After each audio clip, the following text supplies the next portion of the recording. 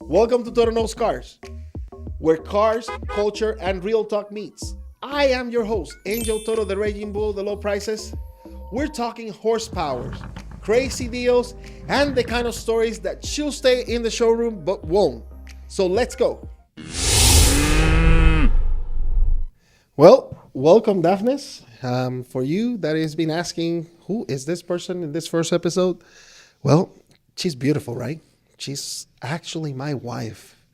We've been married for 26 years.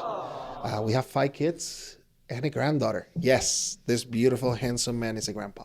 But I'm like you see, I'm taken.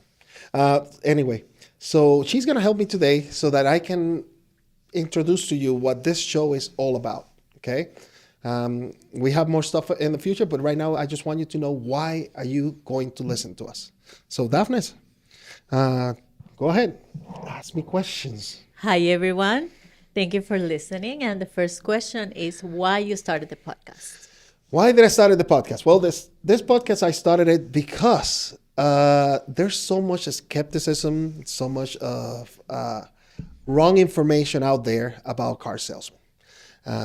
This podcast is going to be different because it's going to be actually focusing on the customer, on the consumer, on that person that is trying to buy the car for the first time, on that person that has a bad credit and wants to actually buy a car. What are the things that they need to do to get this done the right way, and also to help you not to get scammed. Because let's be honest, in this industry there's a lot of people out there that don't do it right. My job is to show you what is right, what is the proper way to do it, and to keep you informed about anything out there that it will help you get the best deal possible. Who is this show for? This show is for you, for me, for her, for those husbands that their wife said no and they actually want to say yes. You know, the wife they don't know it, but I know for a fact they will say yes when they see the beautiful car. This is actually, like I said before, to that first-time car buyer that is afraid to talk to a car salesman, okay? And to that grandma that actually doesn't negotiate anymore, but she wants to get a good deal, and she's afraid to go into the dealership because she feels that she's going to get scammed.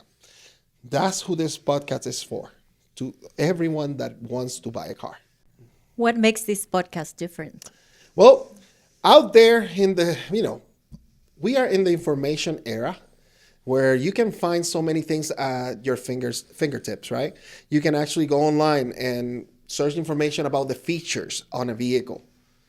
But knowing the features, does that make sense to you when you're buying a car? No, you have to see how you're going to use it for yourself, right? It makes it different because most of the podcasts out there is for car salesmen to teach other car salesmen to sell more. I'm not here for those. If you're a car salesman and you want to learn how to sell cars, this is not your show, honestly. This is a show for your customer that is trying to buy a car and wants to know the best way to do so, and to not be afraid to do it, to talk to one of you guys. And what can your listeners expect from this podcast? There will be some comedy. I will tell you that right now, okay? There will be some laugh. I will have people here that have bought a car from me before. I will have here that actually deal with car businesses. I will have a lot of you, even you guys. You can actually help us with this. We'll tell you more about it later. But yes, you will be here. I will be an open book for you guys. I will actually talk to you guys and show you everything that you want to know. And for your listeners to get to know you a little bit better, can you tell us where are you from? Well, I am from my island, the beautiful island of Puerto Rico. I'm from Toa Alta. It's a city in the central side of the island, center north of the island. And also I say to tell people that I'm also from Florida, because most of my adult life I lived there. And I love those places. I really do. I'm here in Utah right now. And again, Utah is amazing. Some of the best natural parks that you see in the world, you'll find them here. and we have the best snow in the world, except for this year. But that's a different story. How did you get into car sales? Necessity, being broke. What else you want me to say? Yes, I needed money. Like I said before. Well, not I haven't said that to you guys. I have 5 kids. So, and my wife likes to go on vacations, even when you're broke. So I need to find money to actually get that done. Yes, she's smiling like that because she knows it's true. She will do everything in her power to make me go on vacation. And I needed a job that could actually help me pay for her vacations and my kids. And now my granddaughter. That's for sure. Person that said to me, "You should be a car salesman." That was my dad. I lost my dad recently. And right now, for example, I'm wearing his watch. He passed away and he was my hero. He was my Superman. And I miss him. And I became a car salesman because he was the one that told me one day, he says, "Hey, when I was looking for jobs, why are you not a car salesman?" And now I'm here. I'm here now. And I'm very grateful that he actually asked me that question because it gave me the opportunity to actually look for jobs in the car industry. What was your first car? Ooh, my first car was a 1989 Pontiac 6000 LE. Those of you that know about that car, I was 16 years old. The best thing of that car, sorry, honey, is that it had a bench front seat, and girls could get close to me at that time when I was going out somewhere. So my wife never met that car, actually. She met me with a different one. But yes, that was the reason for that car for me. And amazing car. Now, the first car I had when I got married was actually a Honda Accord, 1984 Honda Accord, in great shape, amazing. It had holes in different places, but that's a different story. But we got it for $400, and I sold it for $600 actually a few years later. So I made $200 on it. So yeah, I will say that was the first transaction I did on a car purchase. So I used the car for free. Cool. What is your dream car? Oh, my dream car. 1977 Pontiac Firebird Trans Am 6.6 liter engine with a T-top, black with the bird in the hood. Oh, yeah. Yeah. Now, my second favorite, but of course, I love it for another reason. It's also a Pontiac Firebird Trans Am, but it's a 1982, 1983, the one that looked like Kit for Knight Rider. So yes, now you know my age. Yes, I watched Kit and I watched Knight Rider. Okay, so yes, and I love that show. But that's my second favorite car, also a Pontiac Firebird Trans Am. Now they don't make them anymore. I'm sad for that. But again, if I have to choose a car brand new now or something like that, I'm sorry to everyone that works here at this dealership that I work at. It's a Dodge Challenger, 5.7 liter engine, manual transmission. I would like it in lime green with the black hood, black top, and black trunk. But yes, that will be my dream car and to go around everywhere.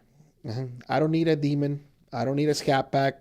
None of those things. Those of you that know about these cars, I know the other ones are more powerful. All I want is the sound. That's it. And also, a sport car that I can actually fit. I don't fit in a Ferrari. I don't fit in a Corvette. I can get in. It's getting out the issue. But yes, I will say my dream car are those. And I mentioned 3 because that's the best way to describe it. Who is the best driver? You or your wife? Ooh, my goodness. All right. The best law-abiding driver in my family is my wife. Yes, law-abiding one. Now, that doesn't mean she's the overall best driver. That will be actually me. Even though that she is laughing right now, she knows it's true. She actually, I love her very much, but she drives 5 miles under the speed limit. Yes, she's that lady that actually in the lane that you want to pass. She is the one that I will say, having received a speeding ticket ever in her life. That's not my experience. So if we go based on law abiding, yes, she's the best.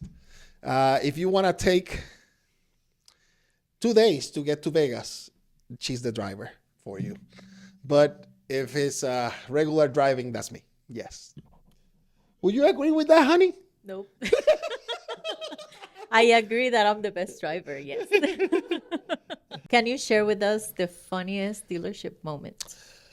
The funniest dealership moment. There are many of them, but one that I was actually thinking about in here was years ago. One of my first dealership. I was at a Chrysler Dodge Jeep Ram dealership, and it's snow outside, and I had a customer from another state where they don't get snow, and he wanted that exact car. But he asked me, hey, I need you to do a video for me on this car. So like any good car salesman, you go like, yeah, I'm going to do it for you. Can we wait a little bit? No, I need it in the now because I need to make the decision right now if your car or this other car that I want. But I told him it's snow outside. And this car was a Dodge Challenger, Scat Pack, 6.6 liter engine, over 500 horsepower, and rear wheel drive. And those that has been in a place where it snows, you don't drive a rear wheel drive car. So, as a good car salesman, I went to do the video. I drove the car to an area where we normally record the videos. I got there safely. I went very slow. I got there. Now, after I finished recording the video, it looks like the snow melted and became ice under it. And when I was trying to get out, no matter how small, how little I pushed that gas pedal, that car started doing donuts all around the parking lot. Now, my boss didn't believe me. He thought that I was playing around. And he stopped me and said, stop. And then he says, I'll take it there. So he tried to take it. The funniest part is that he actually started doing donuts himself in the car. Yeah, we didn't record that for the customer, FYI. And the customer did buy my car. Nothing bad happened to it. I promise you that. We left the car there until we were able to clear the ice and the snow. And then we took it back to the dealership. But yes, that's one of my funniest stories about the car industry. Now we're going to get intimate. Very private, you and me. I'm going to introduce to you something where you're going to actually be involved 100%.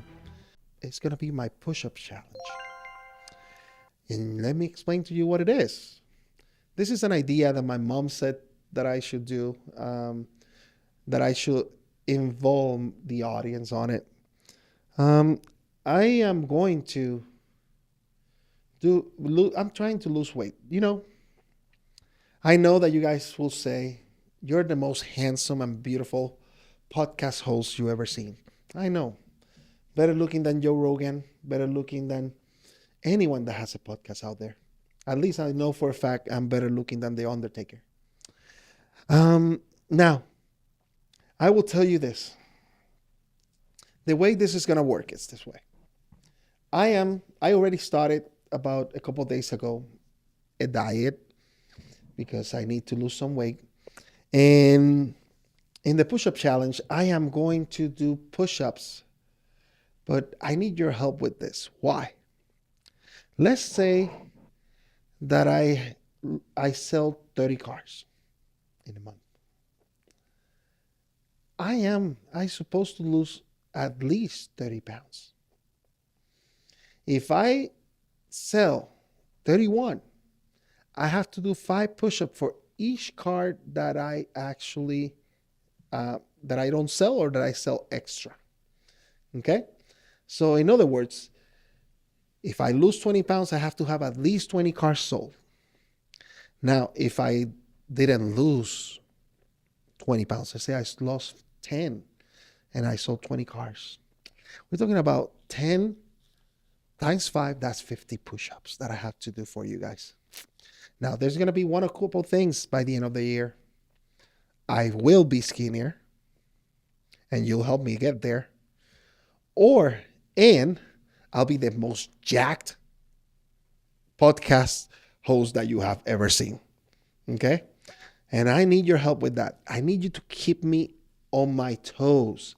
I want you to post in the comments. Are you doing it? Are you actually keep me in on point on everything? If you see me, for example, at a restaurant, make sure I'm eating my diet, just FYI, is a carnivore diet. So I cannot eat carbs. It's up to you to say, hey, you really eating that? Just say it. I'm okay for you to say it. All right. So yes, again, I have to sell the same amount of cars that I am actually losing in pounds minimum.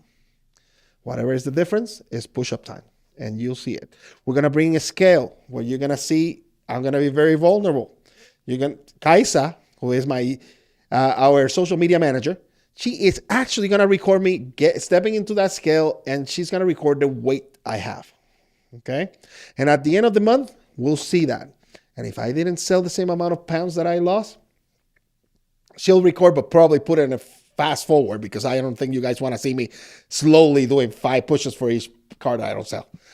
And when you'll see it, and you'll keep me actually on my toes and make sure that I actually do those push-ups. Okay? Well, quick recap of this podcast, of this episode. First of all, we had Daphnes here with us. We are very grateful she was able to be part of this podcast. She is very nervous. She said she wasn't, but she was. You guys noticed that, right? But she's gorgeous. She's beautiful. So I know you guys enjoy her. So what we wanted to do is introduce you to me and to what we're doing here at our podcast. Now, like I said, I need your help. I need you to follow us on Instagram, Facebook, TikTok, and on our podcast on Spotify. Okay? We are there. I need you to follow us and actually like us. And that will help us a lot to help the algorithm get us to more people. Episodes, you might think, how is this going to happen? This is going to be a weekly episode, okay? We will have an episode every week. So stay tuned to the dates exactly where we're going to do it. But yeah, every week we're going to be recording an episode and posting it.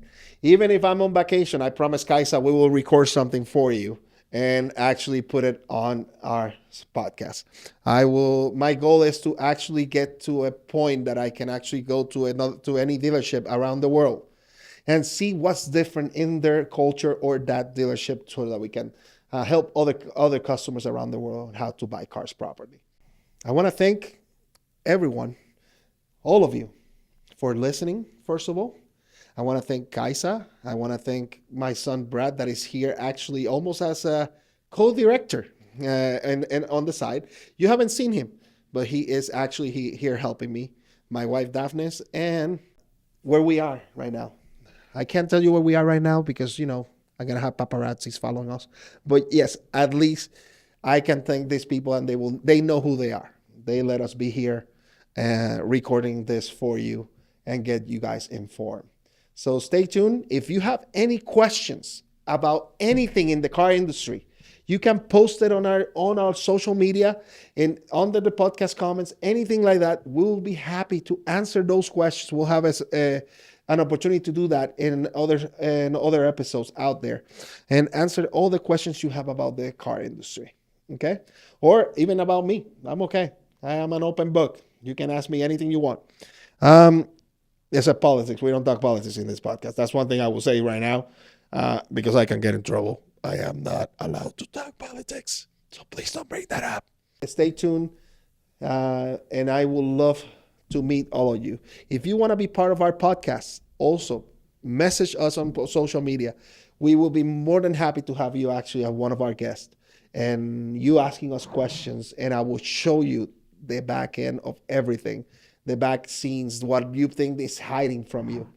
And then I will teach you how is it that we get to the numbers we get, how is it that we sell the way we sell, anything you want. I want you to stop being afraid. Fear is your enemy, and I don't want you to be afraid of anything. So yes, I'm looking forward to meeting you. I want you to keep seeing me or listening to me every week and every channel that you want to see me. Love you guys. See you soon, and let's go.